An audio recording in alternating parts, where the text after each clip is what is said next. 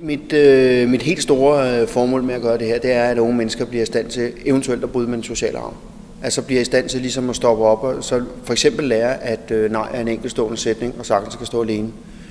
Sjovt nok er der ikke nogen, der forventer en forklaring hver gang vi siger ja.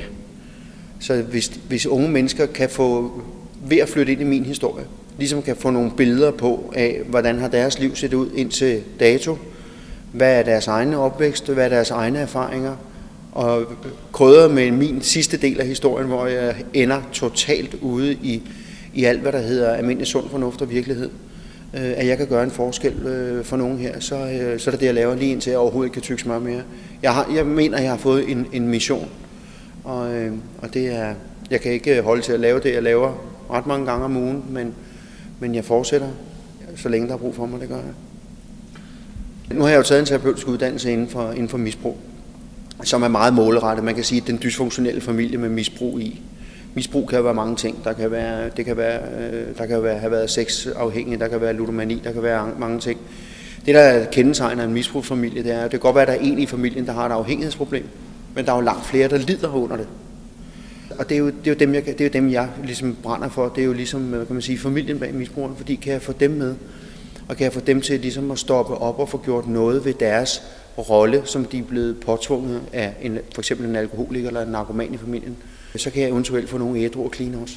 Den, som jeg har haft mest, det var en pige, som kom op til mig efter en forestilling. Hun var efterskoleelev. Hun var brudt fuldstændig sammen. Jeg fik lov til lige at få hende med op på bagscenen og sidde og snakke med hende.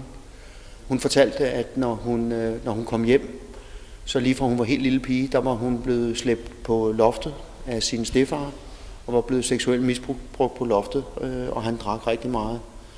Og der sad jeg pludselig med en pige, som for første gang i sit liv lagde hele sit liv over i hænderne og helt i sit skød på mig. Og det var jeg jo nødt til at få gjort noget ved. Så hun fik den hjælp, der var påkrævet, og myndighederne trådte til, og hun kom ud af den familie. Jeg tager meget hurtigt et overblik ud over salen, og så finder jeg ud af, hvilken målgruppe har jeg med at gøre her. Og det er fuldstændig rigtigt. Der er jo en misbruger eller en afhængig har jo mange ansigter. Og nogen kommer fra whiskybæltet, og andre kommer jo inden fra meget, meget belastede områder. Så der er jo stor forskel på, hvordan en misbruger, hvad kan man sige, ligesom udadtil, er jeg åben omkring min misbrug, eller skjuler jeg det. Men det, der kendetegner misbrugere, er jo, at det kan godt være, der er en, der har et misbrug igen, men der er jo langt flere, der lider under det. Så dem, der lider under misbruget, det er den samme smerte, som de oplever. Jeg har mit eget lille terapi- og rådgivningsfirma i dag. Og det er jo blandt andet, hvor jeg forsøger at hjælpe dem, som eventuelt hænger fast i nogle dysfunktionelle mønstre i forhold til at være vokset op med misbrug.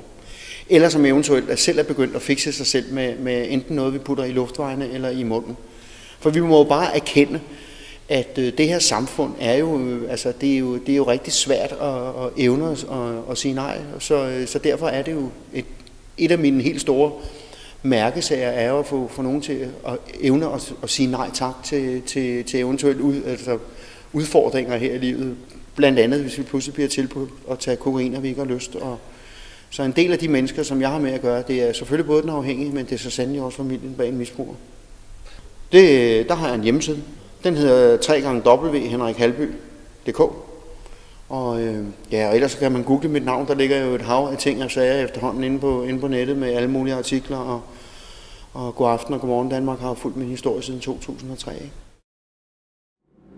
Jeg synes foredraget i går, det var rigtig spændende at høre om, og hvordan han har haft det igennem sin tid. Og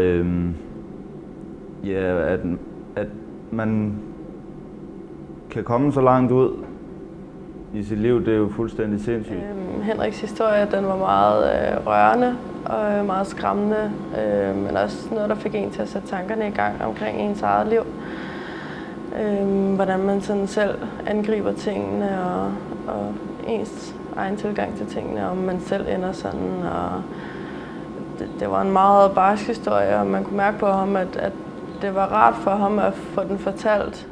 Jeg har været til nogle enkelte foredrag før, også på min gamle skole.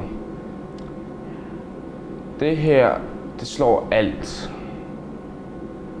Jeg vil sige, at hvis man kan se det der igen, jamen, så er det værd.